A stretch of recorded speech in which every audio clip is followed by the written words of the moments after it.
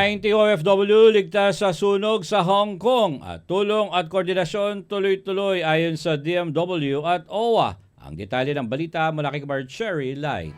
Sinabi ni OWA Administrator Patricia Ibon Kaunan na agad nilang nakausap at natukoy ang 19 na OFW na naapektuhan ng matinding sunog. Sa naturang bilang, isa ang kasalukuyang nasa ospital kasama ang employer at anak ng employer na kanya ring inaalagaan nang mangyari ang insidente. Meron na po tayong 19 na ating mga OFWs pong naapektuhan pero were safely po rescued at tayo po ay in close coordination na sa kanila. Ayon kay Kaunan, tuloy-tuloy na ang tulong ng OWA at Department of Migrant Workers sa lahat ng OFW na naapektuhan, kabilang ang pagpapadala ng food packs, kits at iba pang agarang ayuda. Karamihan sa mga OFW ay nasunugan ng passport at employment contract at kasalukuyang inaasikaso na ng Philippine Consulate General at Migrant Workers Office ang kanilang mga pangangailangan. Ipinunto rin ni Kaunan ang kumalat na audio recording ng isang Pinoy domestic worker na humihingi ng tulong habang nasa loob ng gusaling nasusunog kasama ang alaga niyang baby at ang magulang nito.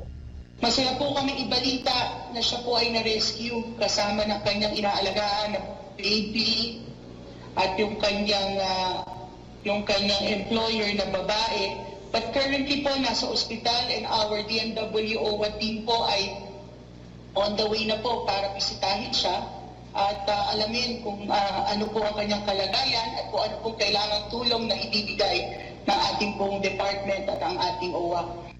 Ayon pa kay Kaunan, wala pang natatanggap na impormasyon ng OWA na may mga OFW na natrap sa nasunog na gusali. Nagbigay na rin siya ng direktiba sa mga regional offices ng MWO upang makipag-ugnayan sa mga pamilya ng mga OFW na hindi pa makontak habang nagpapatuloy ang pag-verify ng mga listahan ng mga naapektuhan. Sa ngayon, mahigit 200 ang iniulat na missing ayon sa Hong Kong authorities. Nagtalaga rin ang Hong Kong government ng 7 shelters para sa mga naapektuhan ng sunog at inaalam ng OWA at PCG kung may mga Pilipino roon. Tiniyak ni Kauna na handa ang OWA na magbigay ng anumang kinakailangan tulong sa lahat ng Pilipinong apektado.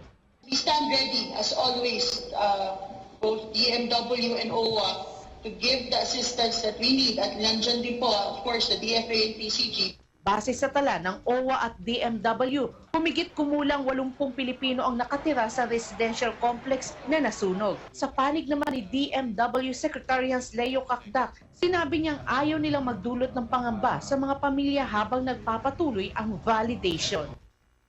Ayaw rin natin magpanik ng husto yung pamilya dito sa Pilipinas kasi naman, baka naman, in a certain likelihood, ay wala sila doon.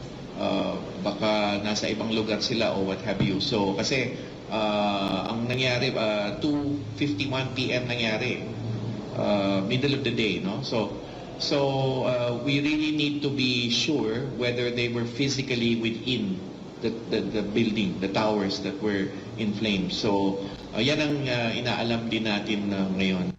Para sa Diyos at sa Pilipinas kung mahal, Cherry Light, SMNI News.